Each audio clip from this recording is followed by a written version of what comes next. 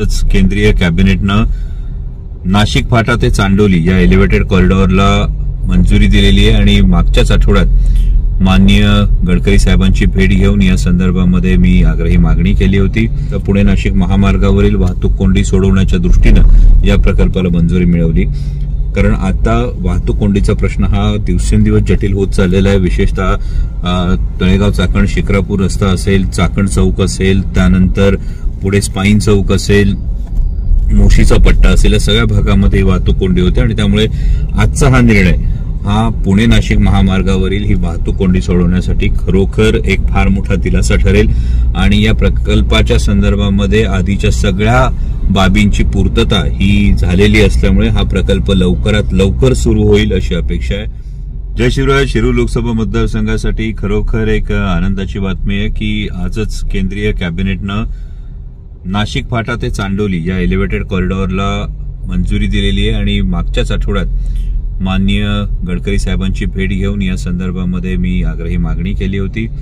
कारण भारतमाला फेज 2 मधला निधी संपल्यानंतर वेगळ्या कॅबिनेटची मंजुरी या प्रकल्पासाठी आवश्यक होती आणि मी आदरणीय गडकरी साहेबांचं मनापासून आभार मानतो की त्यांनी शिरूर लोकसभा मतदारसंघातील विशेषतः पुणे नाशिक महामार्गावरील वाहतूक कोंडी सोडवण्याच्या दृष्टीने या प्रकल्पाला मंजुरी मिळवली। कारण आता वाहतूक कोंडीचा प्रश्न हा दिवसेंदिवस जटिल होत चाललेला आहे। विशेषतः तळेगाव चाकण शिक्रापूर रस्ता असेल, चाकण चौक असेल, त्यानंतर पुढे स्पाईन चौक असेल, मोशीचा पट्टा असेल, या सगळ्या भागामध्ये वाहतूक कोंडी होते आणि त्यामुळे आजचा हा निर्णय हा पुणे नाशिक महामार्गावरील ही वाहतूक कोंडी सोडवण्यासाठी खरोखर एक फार मोठा दिलासा ठरेल आणि या प्रकल्पाच्या संदर्भामध्ये आधीच्या सगळ्या बाबींची पूर्तता ही झालेली असल्यामुळे हा प्रकल्प लवकरात लवकर सुरू होईल अशी अपेक्षा आहे आणि त्याचाही पाठपुरावा यापुढील काळात नक्कीच करत राहील। मला वाटतं की काही जणांनी राजकीय दृष्टिकोनातून खासदार साहेब जुने फोटो टाकतात अशी टीका टिप्पणी केली होती।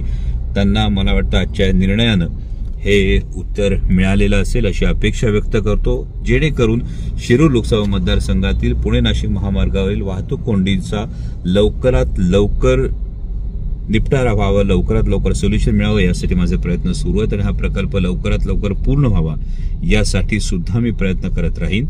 पुन्हा एकदा आदरणीय गडकरी साहेबांचं मनापासून धन्यवाद।